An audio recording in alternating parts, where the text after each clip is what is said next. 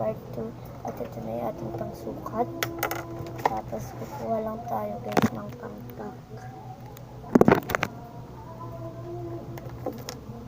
Kukuha lang ako ng 5, 1, 2, 3, 4, 5. Kada gawa ko kasing ganito guys ay palaging 5. Kaya ito ay 5 na palagi. 1, 2, 3, 4. So ayan. 1, 2, 3, 4, 5.